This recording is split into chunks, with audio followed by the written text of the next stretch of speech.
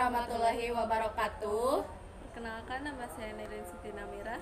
Saya Tiara Nur Azizah. Saya Silmi Nur Fadila. Kami di sini akan menceritakan kembali novel yang berjudul Ronggeng Dukuh Paruk.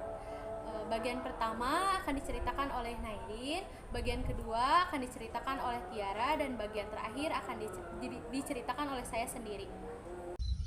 Ada sebuah desa yang dinamakan Dukuh Paruk. Moyang semua orang di Dukuh Paruk adalah Ki Secamenggala. Ia menitipkan darah dagingnya di Dukuh Paruk. Ada 3 anak laki-laki yang bernama Rasus, Warta, dan Darsun. Dan ada 1 anak perempuan bernama Serintil yang akan dijadikan ronggeng. Santaib merupakan ayah Serintil yang berdagang tempe bongkrek yang menyebabkan malapetaka. Awalnya banyak warga yang membeli tempe bongkrek. Setelah memakannya, semua warga keracunan dan meninggal. Kemudian Santaib membuktikan bahwa tempe bongkrek buatannya tidak beracun. Dan setelah Santaib dan istrinya meninggal, Serintil menjadi yatim piatu. Rasus merasa Serintil semakin menjauh.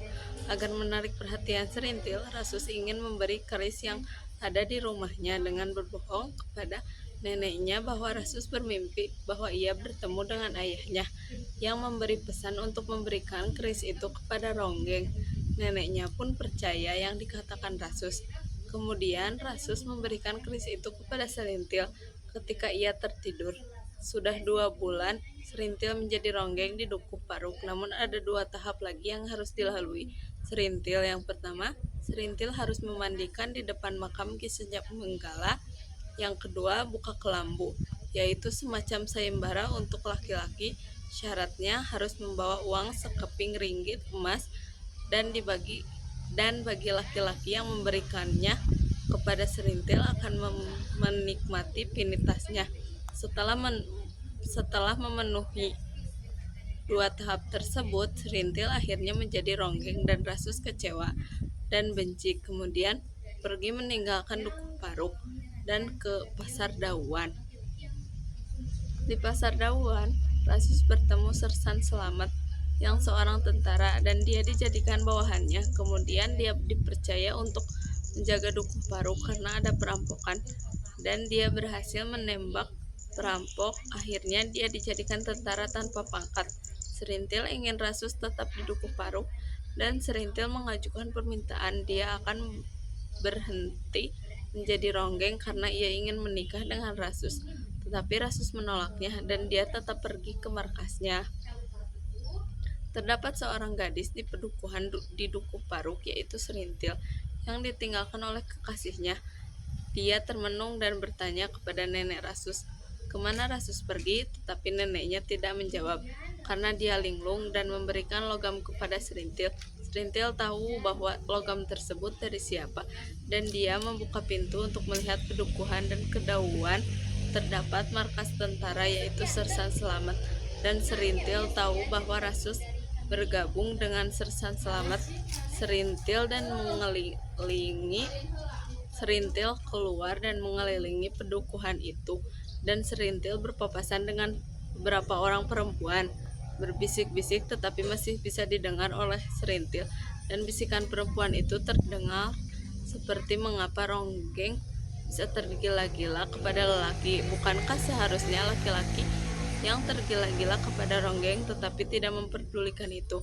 Ia terus berjalan dan bertemu dengan anak-anak pedukuhan lalu bermain dengan mereka.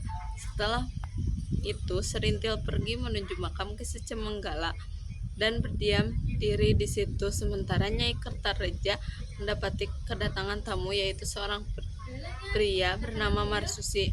Tetapi Nyai Kertareja menyuruh Marsusi untuk masuk dulu dan Nyai Kertareja menyusul. Kemudian Nyai Kertareja menyuruh Serintil untuk pulang karena ada tamu yang ingin bertemu dengan Serintil, tetapi Serintil menolak.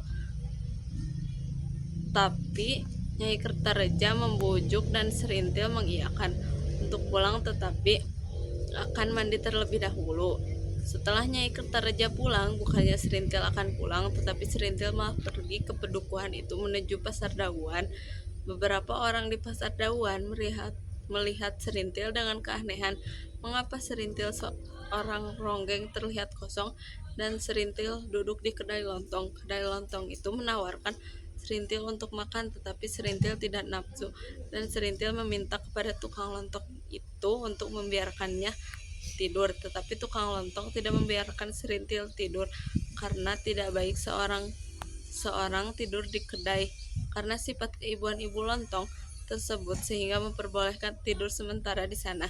Setelah beberapa jam Serintil tidur, ia terbangun karena terdengar Jiplak dan Wirsiter sedang berperang. Lalu Serintil meminta Wirsiter dan Jiplak menggiring lagu, dan setelah beberapa kali bertembang lagu, Jiplak dan Wirsiter merasa capek dan mengatakan pada Serintil bahwa hari sudah mulai malam. Wirsiter dan Jiplak pun mulai kelelahan karena bertembang terus-menerus setelah beberapa kali babak. Setelah itu datanglah nenek Serintil, yaitu Nyai Kertareja, meminta Serintil untuk pulang, dan Serintil pulang bersama Nyai Kertareja. Sementara di rumah, Kertareja bilang bahwa Serintil sedang merajuk karena iri dengan kalung ibu lurah. Karena Marsusi merasa tertantang untuk memenuhi keinginan Serintil tersebut tidak merajuk, lalu dia pulang. Keesokan harinya Serintil kedatangan Tampi bersama Goder. Goder itu anaknya. Serintil meminta Tampi untuk memberikan Goder untuk dia pangku. Lama-kelamaan Serintil merasa nyaman bersama Goder. Goder menumbuhkan rasa keibuan Serintil, dan Serintil memperoleh ASI karena rasa keibuan dia terhadap Goder. Beberapa hari kemudian Marsusi datang kembali ke rumah Nyai Kertareja dan bilang sudah membawa apa yang Serintil inginkan, yaitu kalung berlian. Kemudian Nyai Kertareja akan menjemput Serintil di rumah Nyai Sakarya. Ternyata Serintil juga akan ke rumah Nyai Kertareja, tetapi Nyai Kertareja dan Nyai Sakarya mengatakan Godernya diberikan kepada Tampi dulu karena Serintil akan menjumpai tamu, tetapi Serintil menolak itu dan tetap membawa Goder. Nyai Kertareja dan Nyai Sakarya cuma bisa pasrah saja. Setelah di rumah Nyai Kertareja, di ruang tamu Serintil bertemu dengan Marsusi, dan Nyai Kertareja pergi dari ruang tamu itu menyimpan Goder di kamar Serintil karena menangis. Kemudian Serintil mengatakan kepada Marsusi bahwa dia tidak akan melayani laki-laki lagi.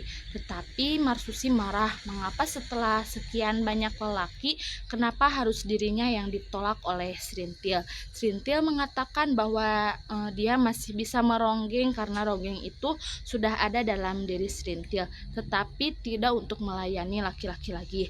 Marsusi pulang dalam keadaan marah.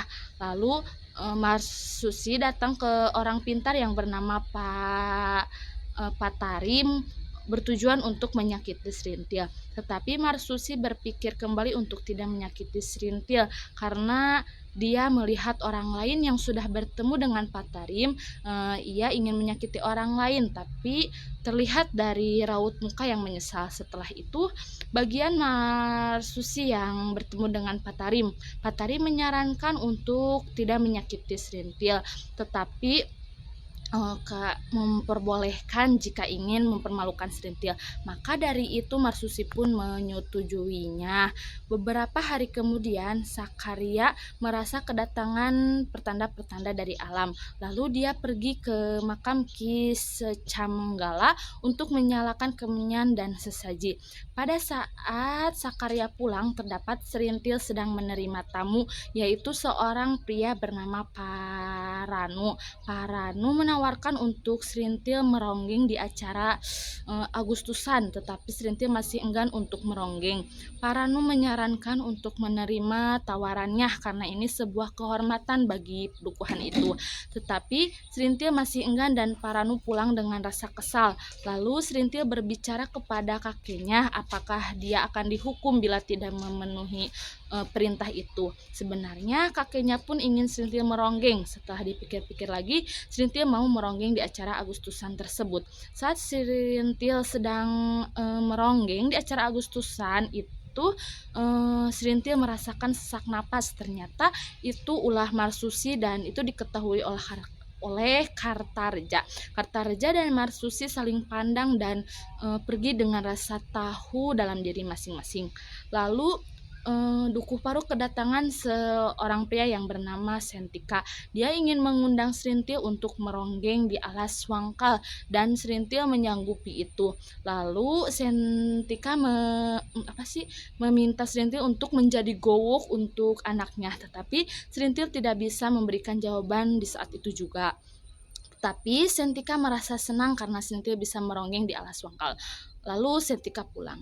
Setelah beberapa hari, Serintil dan penabuh calung lainnya bersama Nyai Kartareja dan Kartareja berangkat ke alas Wangkal.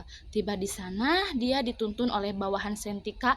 Ketika sampai di sana, Serintil meminta untuk disiapkan kamar dan berdiam diri di kamar. Setelah itu, Serintil memutuskan untuk menjadi gowok apabila dia sudah melihat pemuda alas Wangkal itu atau anak lelaki Sentika. Kemudian Nyai Kartareja datang ke kamar dan bilang bahwa pemuda itu akan terlihat dalam jendela kamar Serintil. Ternyata benar, Serintil melihat pemuda itu yang bernama Waras. Waras terlihat seperti pemuda yang kerempeng dan Serintil yang melihatnya tertawa. Lalu Serintil menyetujui untuk menjadi gowok dan Nyai Kartareja merasa senang. Serintil menanyakan bagaimana cara menjadi gowok, tapi Nyai Kartareja pun kurang tahu. Cuma untuk menjadi gowok hanya seperti mengajarkan bagaimana berumah tangga. Tiba malam untuk meronggeng, Serintil meminta kepada Tuan Sentika untuk dipertemukan dengan Waras berdua saja. Dia meminta Waras untuk menjadi temannya dan Waras pun menerima itu. Setelah beberapa hari menjadi gowok untuk menyembuhkan kelelakian Waras, Serintil merasa gagal karena tidak bisa menumbuhkan kelelakian Waras untuk menjadi lelaki sejati. Serintil pulang dengan perasaan kecewa karena merasa gagal. Kemudian pada tahun 1966 Dukuh Paruk kedatangan Pak Bakar, yaitu seorang pria yang mempunyai sifat kebapaan dan menyuruh ronggeng Dukuh Paruk untuk meronggeng di acara rapat-rapat tertentu. Serintil tidak bisa menolak karena sifat kebapaan Pak Bakar yang baik itu. Tetapi setelah beberapa kali meronggeng dan terjadi keributan, Serintil merasa bahwa tidak harus meronggeng lagi dan ada keganjalan di acara rapat-rapat ini.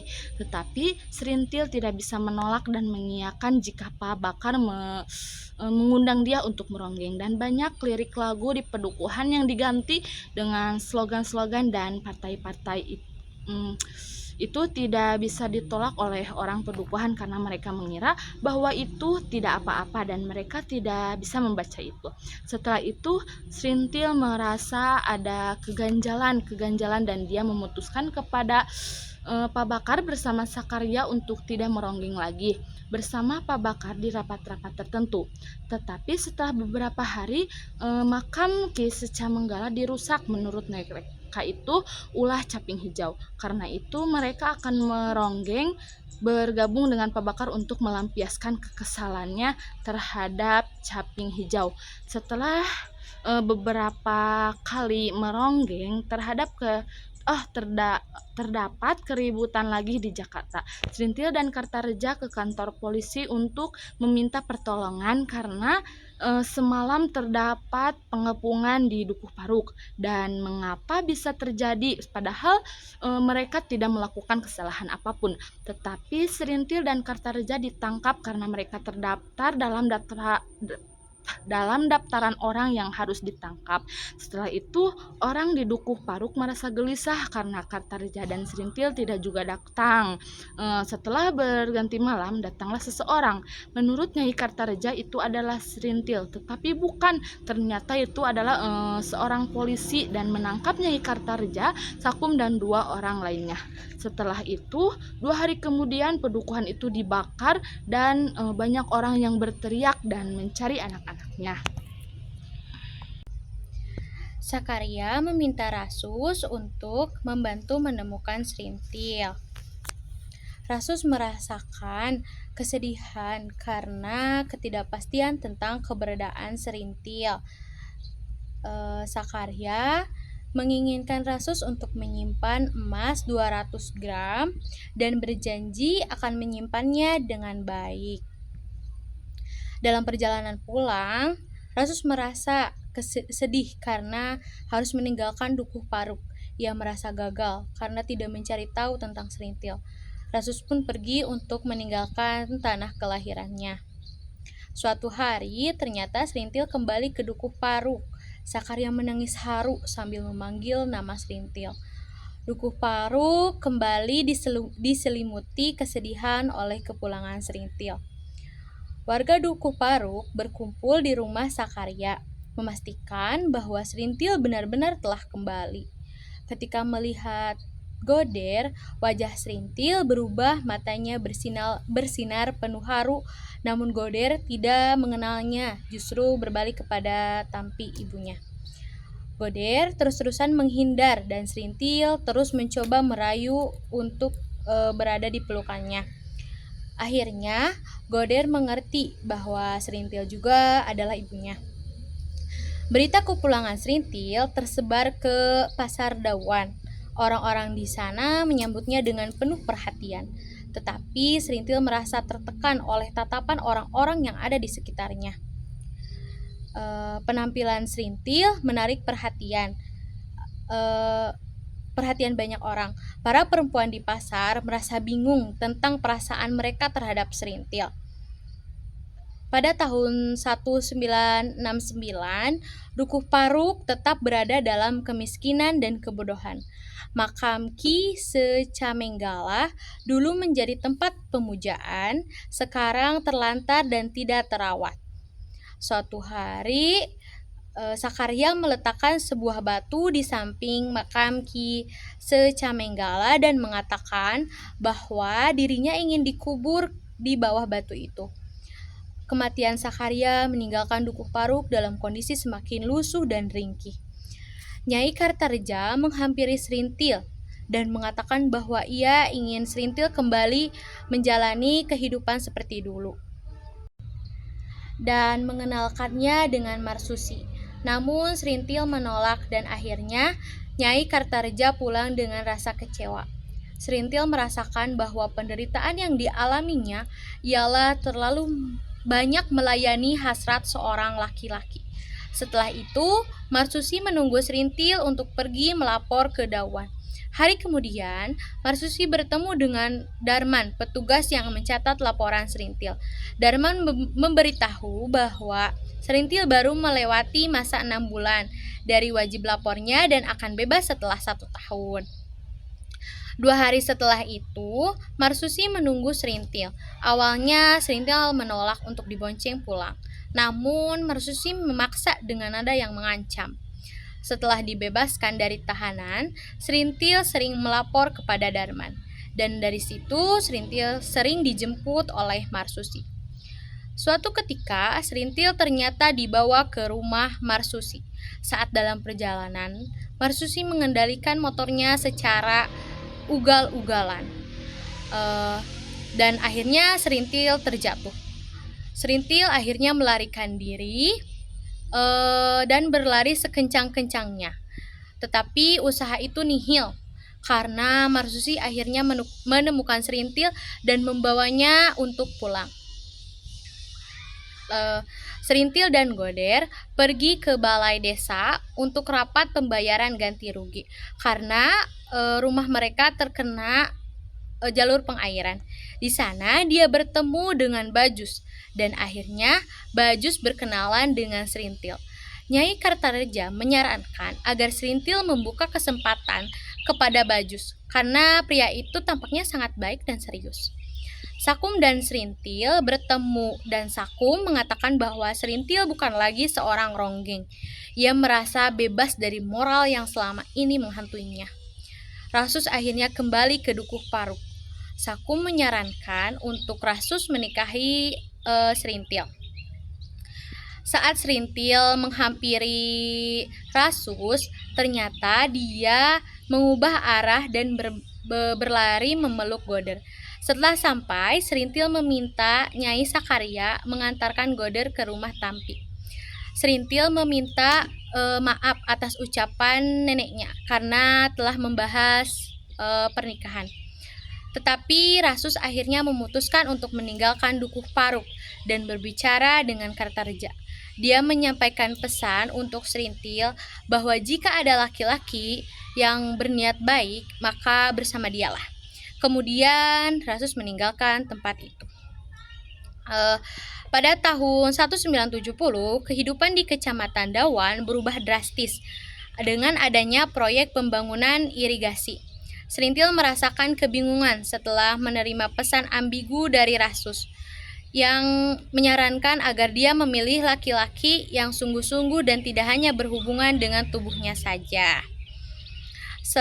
Selama Februari 1971, pertemuan Serintil dan Bajus semakin dekat. Bajus mengajak Serintil untuk pergi ke kota Eling-Eling sehingga merasakan cinta terhadap Bajus. Serintil berubah akibat adanya Bajus. Ternyata Serintil dijadikan alat pemuas nafsu bosnya saja. Pada akhirnya Serintil merasa hancur karena ternyata Bajus tidak ingin menikahinya. Lalu Rasus tahu hal itu. Kemudian Rasus datang ke rumah Kartareja untuk membawa Serintil dan pergi dari Dukuh Paruk. Rasus membawa Serintil ke rumah sakit jiwa. Sekian dari kami, mohon maaf bila ada kesalahan. Wassalamualaikum warahmatullahi wabarakatuh.